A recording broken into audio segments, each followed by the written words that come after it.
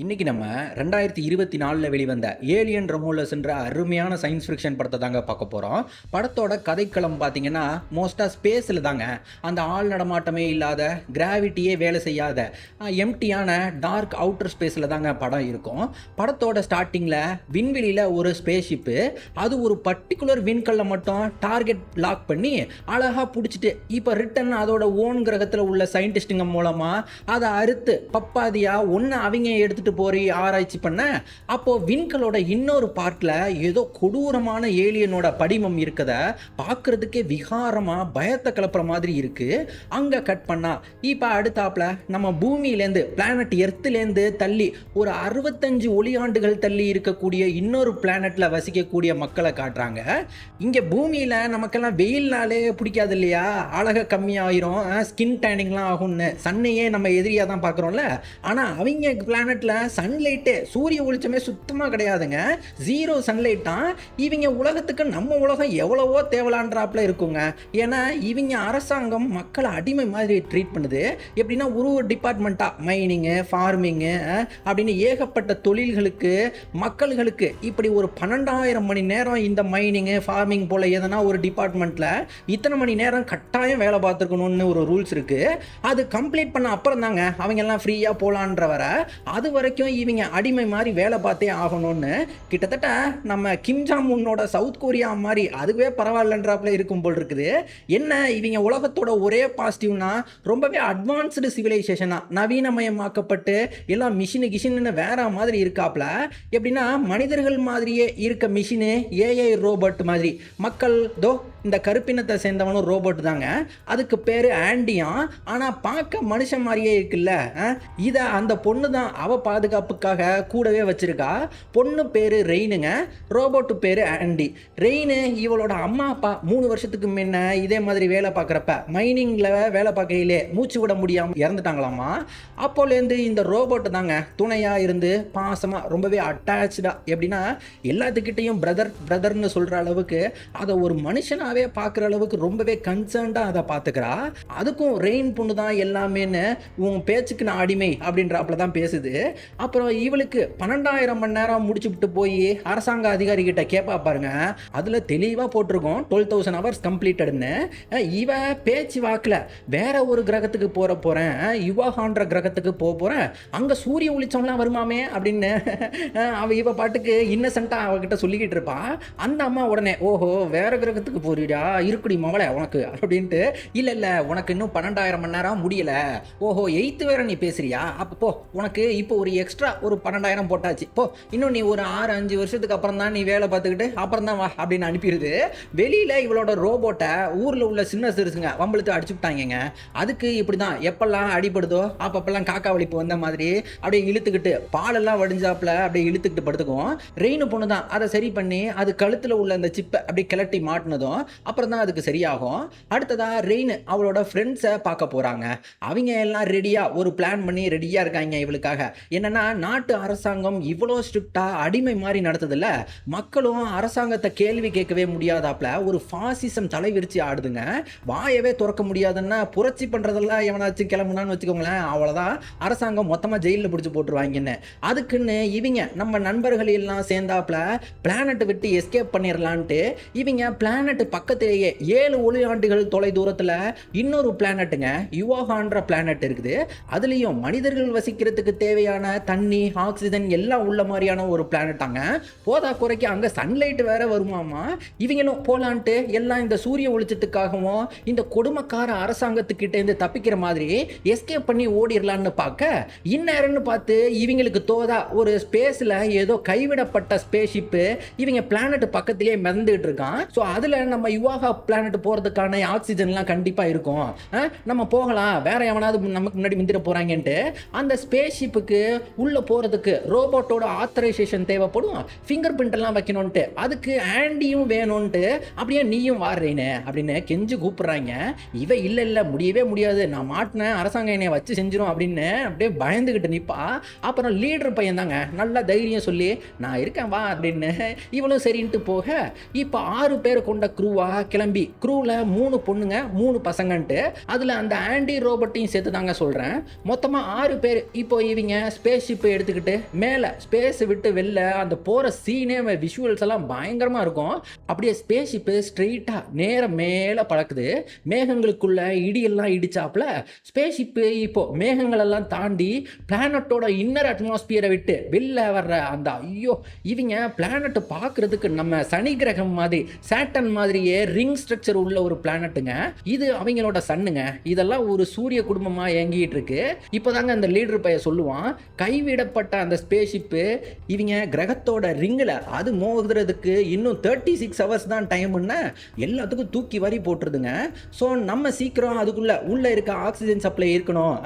Rain அப்படியே முழிப்பா, அட அரக்கு இருக்கீங்களா, உங்களை நம்பி நான் அரசாங்கத்தை பகிச்சுக்கிட்டு இப்படி அத்துமீறி வந்தேன் பாருங்கடா, என்னைய சொல்லணும்டா அப்படின்றாப்லே. அடுத்ததா இவங்க இப்போ அந்த கைவிடப்பட்ட ஸ்பேஸ் ஷிப்போட இவங்க ஸ்பேஸ் ஷிப்பை அப்படியே டாக் பண்ணி ஒன்று சேர்த்துருவாங்க. முதல்ல 2 பசங்க கூடவே இந்த ஆண்டி ரோபோட்டோட ஆத்தரைசேஷன் மூலமா அவங்க அந்த கைவிடப்பட்ட ஸ்பேஸ் ஷிப்பில் போயிட்டு ஆக்சிஜன் சப்ளை இருக்கான்னு பார்த்துட்டு இருக்காங்க. இங்கிட்டு பொண்ணுங்க 3 இவங்க என்ன பண்ணுறாங்கன்றத அப்படியே டிவியில் பார்த்துக்கிட்டு உள்ள இவளுக்கு நல்லா சேஃபாக உட்காந்துருப்பாளுங்க. அப்போ இவ அங்கேயே வாந்தி எல்லாம் எடுக்கவும் ரெயின் என்ன ஏதுன்னு கேட்க, நான் உண்டாயிருக்கேன்டி, மாசமாக இருக்கேன்றா. இவ தாங்க லீடர் பயலோட கூட பிறந்த தங்கச்சிங்க.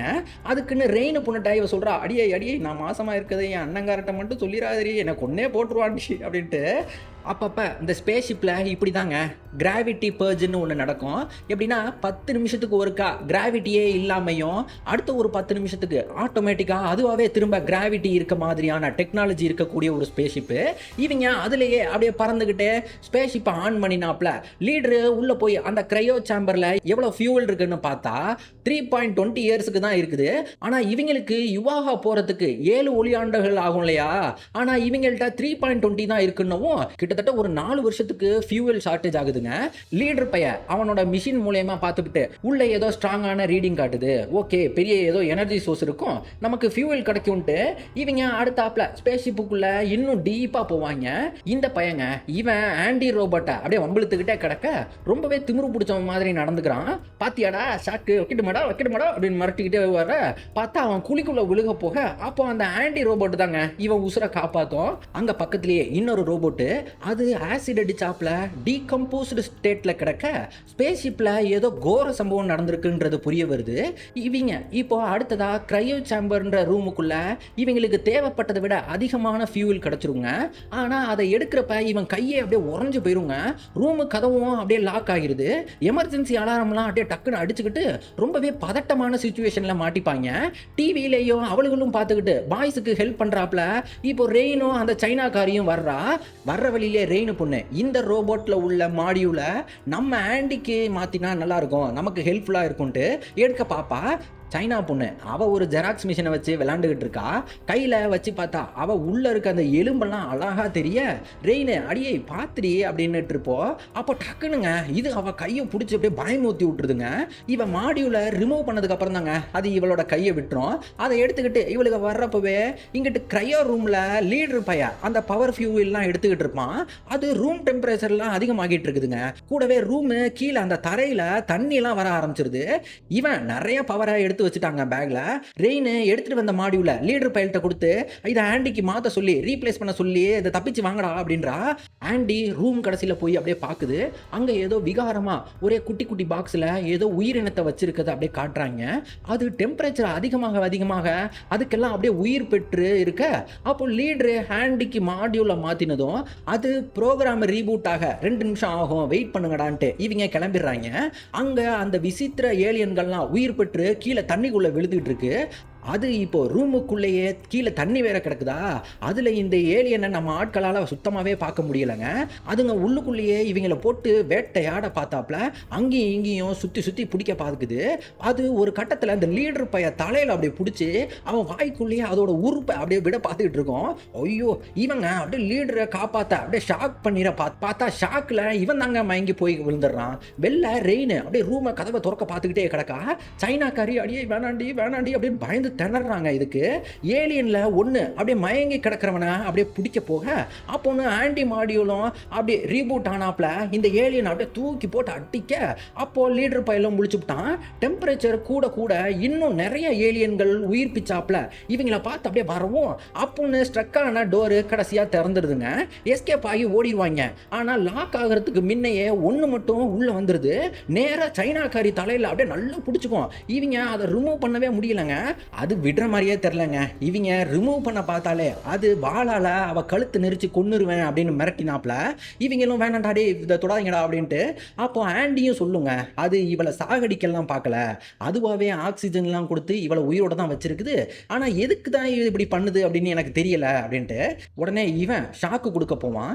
வேணாண்டாடே மேபி அந்த ரோபோட்டுக்கு தெரிஞ்சிருக்கலாம், அது இவளை எப்படி காப்பாற்றுன்னு நமக்கு சொல்லலாம் அப்படின்ட்டு அந்த ரோபோட்டை எழுப்புவாங்க. ஆனால் அது என்னென்னா இல்லை நிலமை கைமீறி போச்சு, இவளை இனிமேல் நீங்கள் காப்பாற்றவே முடியாது, ஒழுங்காக இங்கேருந்து ஓடிடுங்கடா. இந்த பேரசைட்டு அவள் உடம்புக்குள்ள அந்த டிஎன்ஏ செல்லுலலாம் அதோட விதையை போட்டுருச்சு. இன்னும் கொஞ்சம் நேரத்தில் அவள் உடம்புக்குள்ளேருந்து இந்த ஏலியன் பிறக்க போகுதுடா அப்படின்னு. இந்த ஏலியனால் இதுக்கு முன்ன இந்த க்ரூவில் வந்த மொத்த சயின்டிஸ்ட்டும் சூறையாடிருச்சு, எல்லாம் செத்துட்டாயடா. இதால் சாப்பாடு இந்த ஆக்சிஜன் இல்லைன்னா கூட இந்த எம்டியான ஸ்பேஸில் கூட அதால் உயிர் வாழ முடியும்ட்டு பேச அப்போது இவங்க ஃப்ரீசர் மிஷின் மூலயமா ஏலியனோட வாழை மட்டும் அழகா அந்த கழுத்தை நெரிச்சு கொள்ளாதபடி அவளை வாழை மட்டும் அப்படி ஃப்ரீஸ் பண்ண அவளை காப்பாத்திடுவாங்க. இந்த ரோபோட்டு அப்படியே சொல்லுங்க, அடே அது வேலையை முடிச்சிருச்சுடா, அவ உடம்புக்குள்ள சீடை போட்டுருச்சு, ஒழுங்கா நீங்களே சைனாக்காரிய கொன்னுங்கடா. கூடவே அந்த ஆன்டி ரோபோட்டு அது மண்டையையும் நல்லா கழுவி பிரெயின் வாஷ் பண்ணோம். டே அவங்க எல்லாம் ஹியூமன்ஸ்ரா, அவங்க எல்லாம் சென்டிமெண்ட்னு கிடப்பாங்க, உனக்கு தெரியும்ல என்ன பண்ணணும்னு, obey your order my boy அப்படின்னு.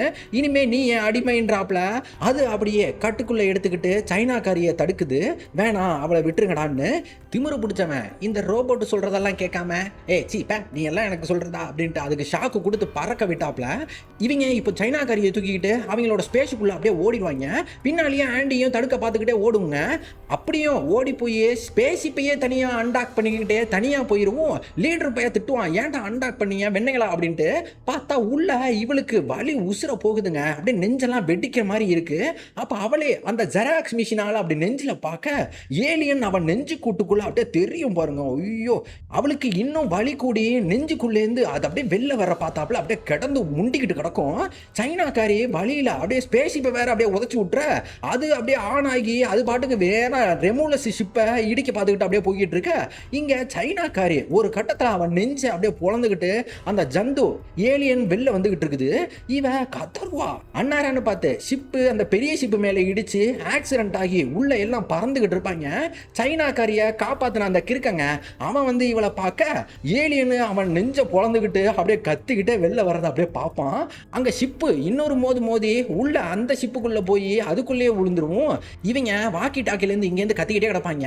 ஆனா ஒரு பயிலும் பேச மாட்டாங்க, இருக்காங்களா செத்தாங்களான்னு கூட தெரியாம இருக்க. இப்போ இவங்க அவங்கள பார்க்கறதுக்காக அப்படியே போவாங்க. ஆனா பிரச்சனை என்னன்னா பாராசைட்டுகள் இப்போ இவங்க ஷிப்பை ஃபுல்லா சுத்து போட்டுருச்சுங்க. இவங்களுக்கு அந்த இடத்துக்கு போறதுக்கு ஒரே ஒரு வழிதான் இருக்கு. ஆனா அந்த ரூம் ஃபுல்லா பாராசைட் இருக்கதை நம்ம ஆளுங்க பார்த்துட்டாங்க. ஆனா எப்படி அந்த இடத்துக்கு போறதுன்றாப்ல அப்படியே முழிச்சுக்கிட்டு இருக்க என்ன பண்றது அப்படின்னா அப்ப ஆண்டி இவங்களுக்கு ஒரு அருமையான ஐடியா கொடுக்குங்க. பாராசைட்டுக்கு கண்ணெல்லாம் தெரியாது, அது உங்க பாடி டெம்பரேச்சர் வச்சு தான் தெரிஞ்சுக்குது. ஸோ ரூம் டெம்பரேச்சரை உங்க பாடி டெம்பரேச்சருக்கு ஈக்குவலா செட் பண்ணிட்டு நம்ம போகலாம் அப்படின்னு. இப்போ இவங்களும் அதே மாதிரி ரூம் டெம்பரேச்சருக்கு ஈக்குவலா பாடி டெம்பரேச்சரை மேட்ச் பண்ணாப்ல அப்படியே வச்சுட்டு போறப்பவே இன்னொரு வார்னிங்கையும் சொல்லும், பாத்ரா ஸ்ட்ரெஸ்ஸு ஃபியர்லாம் காட்டாதீங்க, உங்கள் பாடி டெம்பரேச்சர் இன்னும் அதிகமாயிரும், ஸோ காமாவே முடிஞ்ச அளவுக்கு போங்கடா அப்படின்னு. பார்த்தா முதல்ல பயத்தை கிளப்புற மாதிரி ஆல்ரெடி வந்து அந்த சயின்டிஸ்ட்டுங்க அப்படியே செத்து தொங்குவாங்க. ரெயின் லைட்டாக அப்படியே பயந்து கத்த லீடரு பாடி பொறுமையாக வாடி அப்படின்ட்டு லீட் பண்ணி கூப்பிட்டு போவான். அதே சமயம் இங்கிட்ட இவங்களுக்கு முழிப்பு தட்டிடுது. அங்கே ஏலியனு ஒரு பெரிய கூட்டை அப்படியே கட்டி மேலே அப்படியே விகாரமாக தொங்கிட்டு இருக்க. இவங்க போச்சு நம்ம ஏதோ பெரிய தப்பு பண்ணிட்டோன்றதை உணர்ந்துட்டு அப்படியே பார்ப்பாங்க. இவன் இப்பவும் சும்மா இல்லாம ஷாக் மிஷினால அப்படியே உள்ள விட்டு சாக்கு கொடுப்பான் பாருங்க. உள்ளுக்குள்ள ஏலியன் அப்படியே கதறி துடிச்சுக்கிட்டே அதோட ரத்தங்க அப்படியே ஆசிட் மாதிரி விழுவும். அப்படியே கண்ணே அதுல பொசுங்கி போய் ஷிப்பெல்லாம் அப்படியே கீழே ஓட்டையே போட்டு ஆகிருது. இவ கூப்பிட்டுக்கிட்டே கதறுவா, அப்படியே வாடா வாடான்னு. அவன் அங்கேயே முறைச்சு பார்த்துட்டு இருக்க. அதுங்க ஷாக்கு கொடுத்ததுக்கு பழி வாங்குற மாதிரி வாடி மாப்பிள அப்படின்றாப்ல. ஐயோ அது கொடுக்கால இவன் கண்ணை ஒரு குத்தி அப்படியே விட்டுற ஆளு அப்படியே கீழே உளுந்து வழியில துடிப்பான். அப்போன்னு அதோட ஆசிட் வேற அப்படியே படவும் கை சை அப்படியே சதகுதெல்லாம் அப்படியே உருகி போய் ஆள் அப்படியே வழியில துடிப்பான். இன்னும் ஆசிட் நெஞ்சிலெல்லாம் அப்படியே உளுந்து போய் ஆளு அப்படியே கை எலும்பெல்லாம் தெரிஞ்சாப்புல கோரமா செத்து போவாங்க. அது இப்ப கூட்ட விட்டு மொத்தமா வெளில வர பார்க்க இவ பயத்துல ஷிப்பு கதவை அப்படியே திறந்தா அது திறக்காது. லிவரை பிடிச்சி இழுத்துக்கிட்டு இருப்பா. அது கொஞ்சம் கொஞ்சமா உயிர் பெற்று வந்துகிட்டு இருக்கு. இவ உச்சக்கட்ட பதட்டத்துல என்னென்னத்தையும் பிடிச்சி இழுத்துக்கிட்டு இருப்பா. மைக்ல அவன் அண்ணன்ட்ட வேற சொல்லுவாங்க, அடே எல்லாம் செத்துட்டாயடா, அடே என்ன காப்பாத்துறா காப்பாத்துறா அப்படின்னு. இவ பதறல அங்க அவனுக்கு ஸ்ட்ரெஸ் கூடி உடம்பெல்லாம் அப்படியே வேர்க்குது. பாடி டெம்பரேச்சர் அதிகமாகிட்டு இருக்கு. இங்கிட்டு இவ வெளில போறதுக்கான கீ கிடைச்சிச்சு. டோரை அப்படியே பதட்டத்தோடவே அப்படியே திறக்க ஏலியனுக்கும் உயிரோட அப்படியே ஆன்னு கதறிக்கிட்டு எந்திரிச்சுக்கிட்டு இருக்கு. இவன் சாவியை போட்டு லிவரை இழுத்துக்கிட்டு வெளில அப்பாடா சாமி தப்பிச்சோம் பொழைச்சோம் அப்படின்றாப்லையே இதை பார்த்துக்கிட்டே அப்படியே ஓடுவா. அப்போ பின்னால கால் தடிக்கிட்டு கீழே போய் அப்படியே மட்டார்னு விழுந்து அப்படியே மயக்க நிலைக்கே அன்கான்சியஸாவே ஆகிருவும். மைக்ல கேட்குற இவனுக்கு அப்படியே பயங்கரமா வேர்த்து ஊத்திருச்சு. ஆண்டி சொல்லிடும், போச்சு அவ்வளோதான் தெரிஞ்சு போச்சு பாய்ஸ் எஸ்கேப்டா அப்படின்னு கத்துவோம். இவங்க அப்படி இப்படி ஓடி தெரிச்சு அடிச்சுக்கிட்டு ஓடி தப்பிச்சாப்ல அப்படியே கதவெல்லாம் லாக் பண்ணிடுற. அதே சமயம் இங்கிட்டு மயங்கி கிடந்தவளுக்கு முழிப்பு தட்டி ஏலியனுக்கு பயந்து அப்படியே மூச்சு பேச்சே இல்லாம அது என்னன்னா பசியில எவனாச்சும் சிக்குவாங்களா அப்படின்னு தேடிக்கிட்டே இருக்கு. இவன் உடம்ப அது எடுத்துக்கிட்டு ஓடிடுதுங்க. இவன் சபாடா அப்படின்ட்டு பொத்துனாப்ல அப்படியே தீ பயத்துல அப்படியே வந்துகிட்டு கதவு கிட்ட வந்து அண்ணங்காரனை பார்த்ததும் தாங்க அவளுக்கு உசிரே வரும். அண்ணா கதவை தொடா அப்படின்னு கத்த டோரு கதவை திறக்காது. பார்த்தா பின்னால அந்த ஏலியன் இவங்க எப்படா கதவை திறப்பாங்க மொத்தமா எல்லாத்தையும் திங்கலான்ட்டு இவங்களுக்காக வேணும்ட்டே அப்படியே வெயிட் பண்ணிட்டு இவளை வேணும்னே வெயிட் பண்ணி பார்த்துட்டே நிக்குது.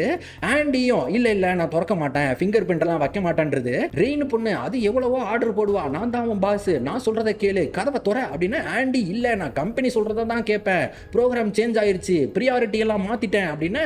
அண்ணங்காரங்க எவ்வளவோ முயற்சி பண்ணி பார்த்து கதறுவாங்க.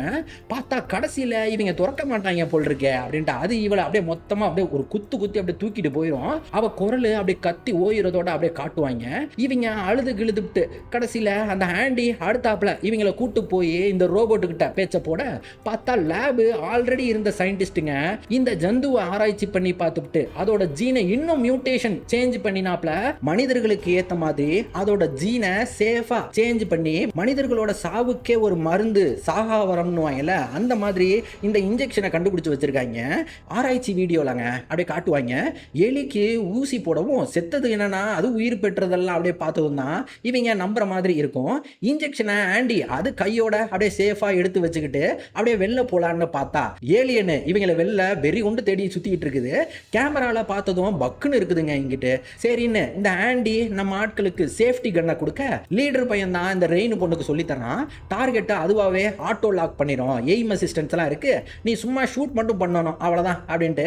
இப்போ இவங்க கன்னெல்லாம் வச்சுக்கிட்டு அப்படியே ரெடியா அப்படியே கிளம்ப பார்த்தா இவங்க போறப்பதான் அங்கிட்ட அந்த வீடியோல எலி கொஞ்ச நேரத்துக்கு அப்புறம் அது செத்து அது உடம்புல இருந்து வேற ஏதோ இதை விட கொடூரமா இன்னொரு ஏலியன் அப்படியே உயிர் தெளிந்து வர்றதை காட்டுவாங்க. ஐயோ நம்ம ஆட்களுக்கு அங்க என்ன ஆக போகுதுன்னு தான் தெரியல. இவங்க கன்னை வச்சுக்கிட்டு அப்படியே ஏலியனுக்காக அப்படியே ரெடியா காஷியஸா எங்க இருந்து வரும்ன்றாப்ல வெயிட் பண்ணிக்கிட்டே போவாங்க. அப்போன்னு இவனோட தங்கச்சியோட குரலு கேட்கும், ஆண்டி ட்ராப்பா இருக்கும் நீங்க போக வேணாண்டா அப்படின்னுது. அண்ணங்காரன் ட்ராப்பாச்சு மயிராச்சு அப்படின்னு ஓடி போய் தான் தங்கச்சிய ஆல்மோஸ்ட் செத்துருப்பா போல் இருக்கு, தொண்டைக்குழியிலலாம் ஓட்ட போட்டு வச்சு பாதி உசுர்ல தொங்கிட்டு இருக்க. இவங்க அவளை காப்பாத்தி மீட் எடுத்துக்கிட்டு அண்ணன் சரி இந்த இன்ஜெக்ஷனை போட்டுடலாம் நம்ம காப்பாத்திரலாம் அப்படின்னு. ரெயின் இல்ல எனக்கு இது மேல நம்பிக்கை இல்லை, வேணாம் நம்ம சேம்பருக்கு கூட்டு போய் இவளை மறுபடியும் நம்ம உலகத்துக்கு அனுப்பிடலாம் அப்படின்னு. இது வேணான்றுவா. இவங்க அவளை தூக்கிக்கிட்டு வர்றப்பவே ஏலியனுக்கு அதோட இறைய ஆட்டைய போட்டு போறாங்களேன்ட்டு செம்ம கோவத்தோட அது முதல்ல ஆண்டியா அடிச்சதும் அது பாட்டுக்கு இழுத்துக்கிட்டு கிடக்கும். அப்புறம் இவளோட அண்ணனை அப்படி குத்தி பிடிச்சிட்டு போய் அப்படியே கொடூரமா கொன்னு போட்டுவிட்டு அடுத்ததா இவங்கள துரத்த கதவை சாத்திக்கிட்டு அப்படியே லிஃப்ட்ல போவாங்க. இப்போ ரெயின் ஆண்டியை நம்ம திரும்ப எடுத்தே ஆகணும்ட்டு இவளை மட்டும் அடியே நீ சேம்பருக்கு போய் நேரா நம்ம உலகத்துக்கு போயிரு சரியா, நான் பின்னாடியே வந்துடுறேன்ட்டு. பார்த்தா இவ வயிற்றுல வளர்ற புள்ளையாச்சும் நம்ம காப்பாத்திரணும்ன்றாப்ல. நம்ம செத்தா பரவாயில்லன்ட்டு ரிஸ்க் எடுத்து இன்ஜெக்ஷனை அப்படியே இவளாவே போட்டுப்பா. என்ன ஆக போகுதுன்னு தெரியல. இங்கிட்டு ரெயின் ஆண்டிய மீட்டு அது மாடியோலையும் பழைய ப்ரோக்ராமுக்கு இவளை பாஸா பார்க்குறாப்ல மாத்திடுறா. இதனால ஆண்டியோட ஃபிங்கர் பிரிண்ட்டும் வேலை செய்யாம ஆத்தரைசேஷனையும் இழந்துருது. இந்த டிவிலேயே கேட் ஓப்பன் பண்ண சொல்லி அதுகிட்ட கேட்டா அதுங்க இப்பவும் எப்பவும் போல சாரி முடியாது அப்படின்னு கை விரிச்சிரும். இவ முடிஞ்சு எல்லாம் முடிஞ்சு போச்சு, நம்ம தப்பிக்கிறதுல வழியே இல்லை, நம்ம மாட்டணும் சாகதான் போறோன்ட்டு சாவையே அக்செப்ட் பண்ணி அப்படியே அப்படியே நம்பிக்கையை இழந்து அப்படியே உட்காந்துருவா. அப்போதாங்க அவளுக்கு ஐடியா வரும். கிராவிட்டி பர்ஜ் டெக்னாலஜி இருக்கு, அதை யூஸ் பண்ணி இவ கன்னால எல்லாத்தையும் அப்படியே சகட்ட மேனிக்கு, அதுவும் கன்னுல அந்த எய்ம் அசிஸ்டன்ஸ் வேற இருக்கவும் டார்கெட்டை கரெக்டா சுட்டு தள்ளி கண்ணா பின்னான்னு சுடவும் ஆல்மோஸ்ட் நிறைய ஏலியன்ஸை இப்படியே கொண்டுட்டாங்க. ஆனா அதோட பிளட் எல்லாம் அப்படியே ஆசிடா கிராவிட்டியில அங்கேயும் எங்கேயும் அப்படியே சுத்திட்டு இருக்குது. இவங்க அப்போ அந்த ஆசிட்ல படாதபடி அப்படியே உடம்ப விளைச்சு நெளிச்சு அப்படியே நேக்கா வந்துட்டு கடைசியில எலிவேட்டர்ல போயிடலான்ட்டு முடிவு பண்ணி முதல்ல ஆண்டி அது பாட்டுக்கு கிராவிட்டியில பறந்துரும். இவ போறப்ப காலை ஒரு ஏலியன் பிடிச்சிருப்போம். இவ சுட்டதும் தாங்க அதை விடும். ஆனா இவ சுட்டதுல அந்த கன்னை பிடிக்க முடியாம கிராவிட்டியில அது பாட்டுக்கு தனியா போயிட, இங்க கிராவிட்டி பர்ஜுக்கான அந்த 10 நிமிஷம் முடிஞ்சதும் லிஃப்ட் அப்படியே சட்ட சட்டன்னு ஆளை கொள்ற மாதிரி அப்படியே வேகமா வருது. அதை ஆண்டி அப்படியே பிடிக்க முடியாம அப்படியே தணறிக்கிட்டே பிடிச்சிக்கிட்டு இருக்கோம். இங்கிட்டு ரெயினை ஒரு ஏலியன் அப்படியே வாழால அப்படியே பிடிச்சிட்டு அவளை கோவத்தோட அப்படியே கொல்ற மாதிரி வர பார்த்தா கீழேந்து வேற இன்னும் நிறைய ஏலியன்ஸ் இவளை திங்கிறதுக்காக வந்துகிட்டு இருக்கு. மேல ஆண்டியால லிஃப்ட்டை பிடிக்க முடியாம ஒரு கட்டத்துல விட்டுறவும் போய் ஏலியன்ஸ்ல பாதியில அது பாட்டுக்கு இழுத்துட்டு போயிருது. ஆனா இவளை பிடிச்சிக்கிட்டு இருந்தது மட்டும் இவளை அப்படியே வெறியோட அப்படியே கொல்ல வர, அப்போ ஆண்டி ரோபோட்டுங்க வாக்காளி அப்படியே காத்துலயே ஹீரோ மாதிரி அப்படியே பறந்து வந்து ஏலியனை அதை அப்படி சுட்டு அதோட சோழியை முடிச்சுட்டு அண்ணாரன்னு பார்த்து அந்த பெரிய ஷிப்புங்க அது பிளானட்டோட ரிங்ல அப்படியே அடிபட்டு வெடிச்சு சதறிக்கிட்டு இருக்கும்.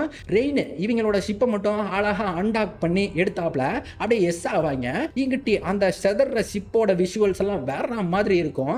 ரெயின் வழியில துடிக்கிறவள இல்லடி இல்லடி நீ பொழைச்சிருவ, உன் பிள்ளையும் பொழைச்சிரும்ட்டு கவலைப்படாதீ அப்படின்ட்டு இவளை கிரையோ சாம்பர்ல போட்டு அப்படியே மூடிவிட்டு, அப்போ இந்த ரோபோட் சொல்லும், நீங்க உங்க உலகத்துக்கு போங்கடா, இந்த இன்ஜெக்ஷனை கம்பெனி சயின்டிஸ்ட் கிட்ட சேர்த்துருங்கடா அப்படின்னு.